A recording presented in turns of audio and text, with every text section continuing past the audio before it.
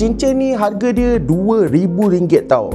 Apa function dia kan? Jom kita tengok sama-sama. Ini bukan cincin yang biasa tau. Ini Samsung Galaxy Ring gabungan fashion dengan teknologi AI yang terkini. Diperbuat daripada titanium yang tahan lasak. Samsung Galaxy Ring ni dia punya berat cuma 2.3 hingga 3.3 gram je tau. Memang ringan. Memang betul-betul selesa untuk pakai sepanjang hari dan dia punya bentuk pun sangat elegan, sesuai untuk semua jenis fashion. Dekat dalam ni ada 3 jenis sensor tau untuk kita pantau degupan jantung, suhu kulit dengan aktiviti harian. Lepas tu semua data tu akan dianalisis oleh Galaxy AI untuk bagi kita energy score dekat Samsung Health App. Dari sini kita bolehlah dapat panduan kesihatan peribadi untuk improve kita punya lifestyle. Sekarang ni aku baru je habis jogging dan aku jogging pakai satu smartwatch dan kita ada Samsung Galaxy Ring. Dengan Samsung Galaxy Ring ni aku punya heart rate bacaan dia 116 BPM. Kalau dekat smartwatch pula dia tulis 120 BPM. So dia punya reading tak jauh sangat lah. Untuk steps pula dekat Galaxy Ring 4568 steps dan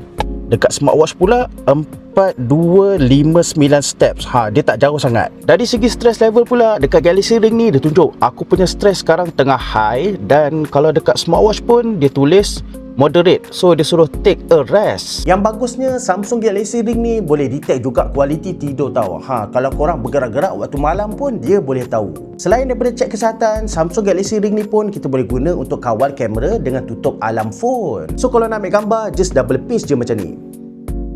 Wow. So sekarang tengah ada alarm phone. Kalau kita nak tutup, double pinch je. Lepas tu korang tak perlu risau kalau terhilangkan Galaxy Ring ni tau, sebab dia ada fungsi Find My Ring. Pada pendapat aku, Galaxy Ring ni memang sangat sesuai kalau korang nak cek kesihatan sepanjang masa. Sebenarnya boleh je korang pakai smartwatch untuk cek kesihatan, tapi kalau korang nak pakai selama 24 jam, boleh try Samsung Galaxy Ring yang terbaru ni.